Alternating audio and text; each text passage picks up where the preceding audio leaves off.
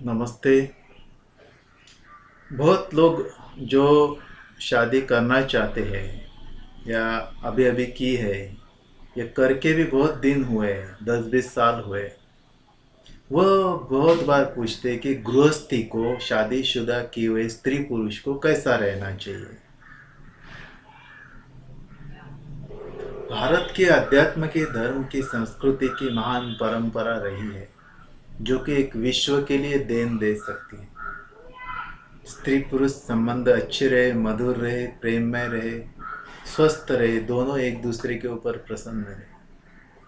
घर में अगर शांति है, प्रसन्नता है तो उन्नति, उत्कर्ष, वैभव, आत्मोन्नति, आत्मरक्षा, आत्मनिर्भरता सब हो जाएगा, आत्मानंद मिलेगा।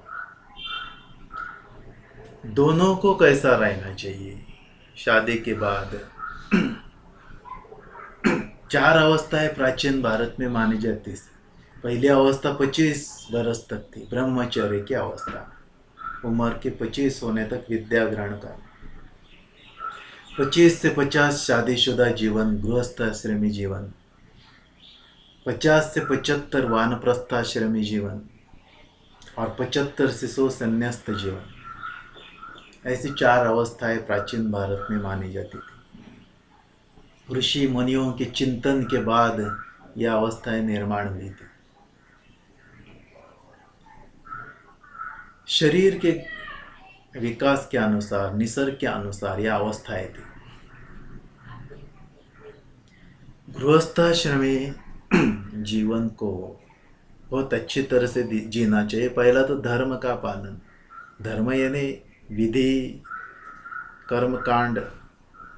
इससे भी आगे जाके सत्य का पालन, अपने अपने दायित्व का पालन, कर्म का पालन। शादी की तो जिम्मेदार लोग होने चाहिए, जिम्मेदारी का पालन होना चाहिए।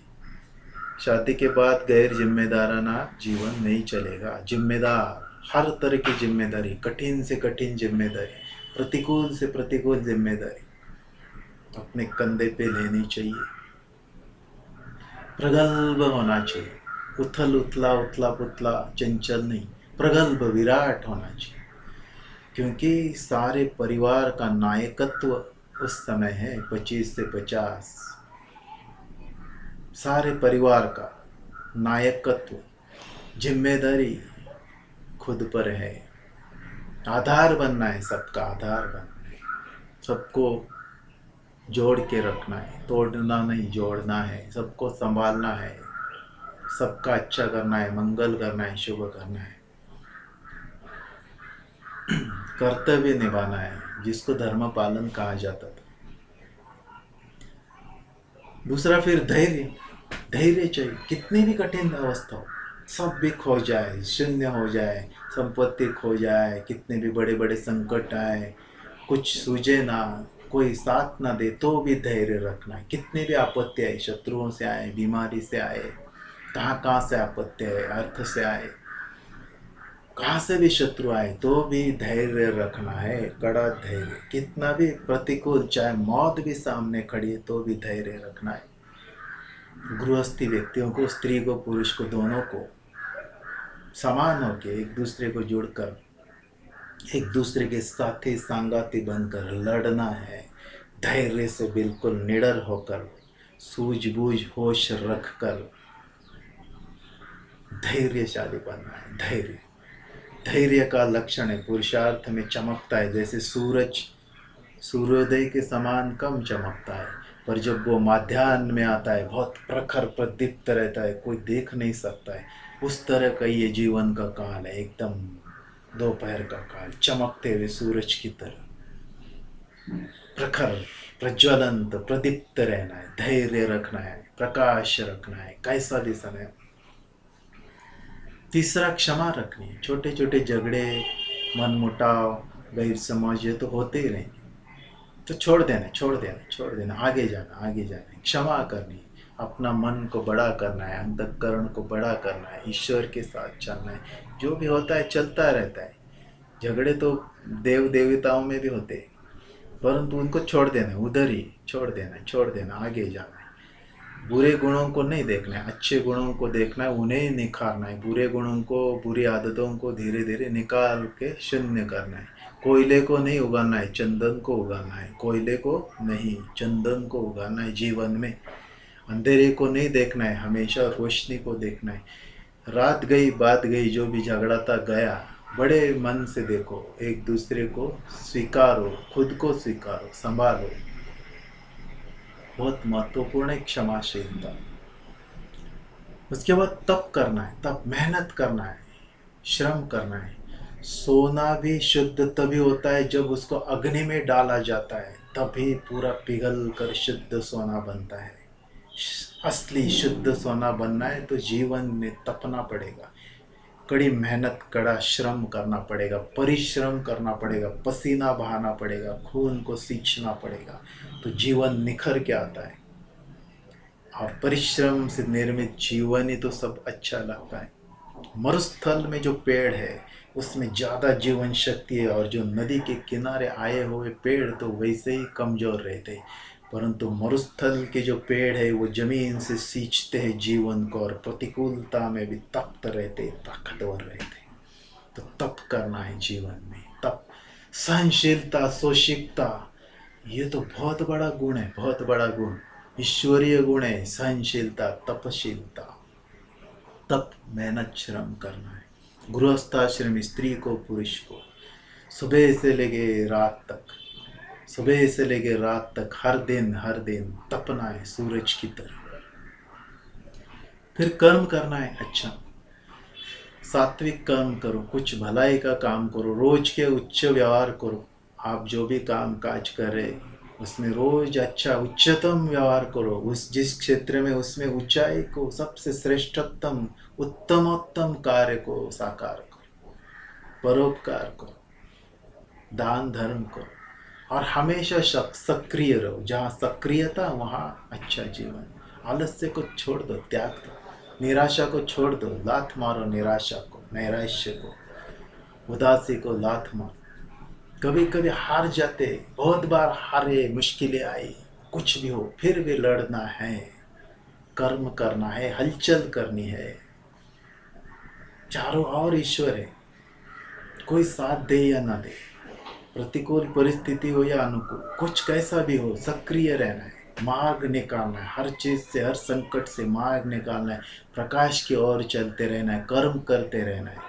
उच्चतम आदर्श, एकदम सुंदर व्यवहार, शुभमय व्यवहार, कल्याण जिसमें सबका व्यवहार, ऐसा व्यवहार करना है। कर्म करना है, भक्ति करनी है, हर दिन भक्ति करनी है। भक्ति करेंगे तो अंतःकरण शुद्ध रहेगा, पवित्र रहेगा। गृहस्थाश्रमी व्यक्ति ध्यान उतने करने में सक्षम नहीं होते, तो भक्ति करे, पूजा करे, यज्ञ करे, उससे अंतःकरण शुद्ध, साफ, निर्मल रहेगा। शरीर और प्रज्ञा एकदम चमकदार रहेगी। बुद्धि मोहवश ना हो जाएगी, बुद्धि भी चमकेगी, पवित्र शुद्ध बुद्धि होगी। भक्ति करो, भक्ति करो, भक्ति करो, हर दिन भक्ति करो। जो भी प्रिय देवी देवता गुरु है उनकी भक्ति करो। फिर शुद्ध रहना है, मन से शुद्ध, काया से शुद्ध, वाचा से शुद्ध। 3 बार सुबह, दोपहर, शाम को, और हो सके तो चौथी बार अगर प्राणायाम करे तो बहुत अच्छा तप है, शुद्ध रहेंगे, मन शुद्ध रहेगा। झूठ मत बोलो, ये पाप है। दारू शराब व्यसन मत करो, ये पाप है। व्याभिचार मत करो, ये पाप है। चोरी मत करो, ये भी पाप है। किसी के पीछे कुछ कहना, ये भी पाप है। इससे आपकी हानि हो जाए। ये सब छोड़ दो और शुद्ध रहो, एकदम चमकते सूरज की तरह। अच्छी संगति करनी है, बुरे दोस्तों को त्याग देना है। जो आपके लिए अच्छे लोग ने उनको छोड़ देना है। 2-4 भी रहे, 2 भी रहे, 1 भी रहे, उनको साथ संगत में लाना है। चंदन की संगति करनी है, न कि खराब अचेतन वस्तु। सुगंधित जीवन करे, ऐसे लोगों की संगति, छोटे हो बड़े हो उनके साथ रहे, उनकी दोस्ती करे, उनसे रिश्ता रहे, गुरुओं की संगत में रहे।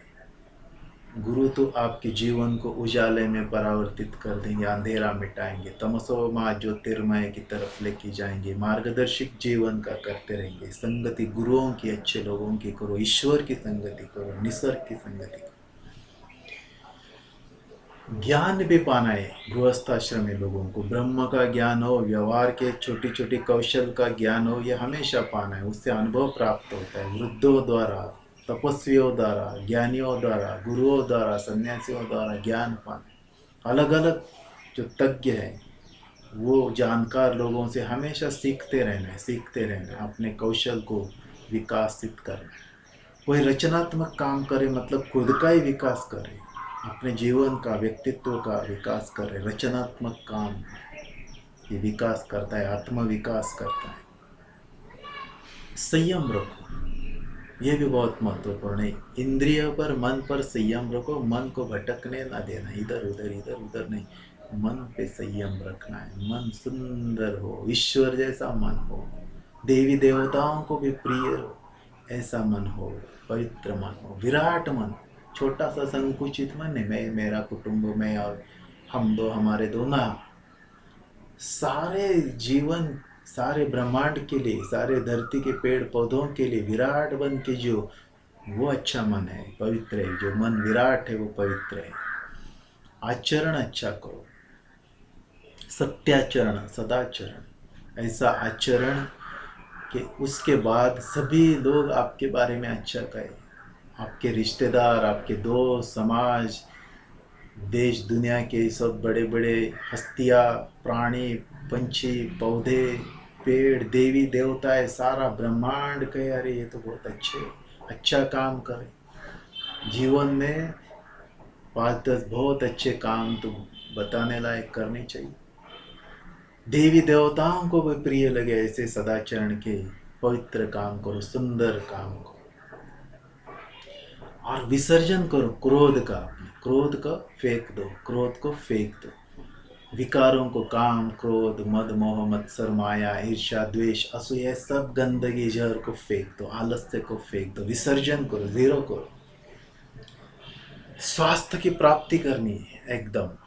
योग करो, व्यायाम करो, विहार करो, अच्छा आहार लो, पूरी नींद लो, प्राणायाम करो, जीवन शक्ति को एकदम नैसर्गिक करो। शक्ति चाहिए, बल चाहिए, तेज चाहिए, ओज चाहिए, रूप चाहिए, लावण्य चाहिए, सुंदरता चाहिए, शुभता चाहिए जीवन में। स्वस्थता की ये लक्षण है। चैतन्यमय शरीर, चैतन्यमय मन स्वास्थ्य का लक्षण है। और गुणवान रहो, प्रेम, दया, शांति, करुणा, पावित्र्य, आनंद, सत्य, ये गुणों से जियो, ये गुणों को निखारो। गृहस्थाश्रमी का तो ये बहुत बड़ा काम है कि उसका जीवन सुंदर जाए, मनोहारी जाए, मान लो किसी देवी देवता जैसा उसका जीवन है। इस तरह से जीवन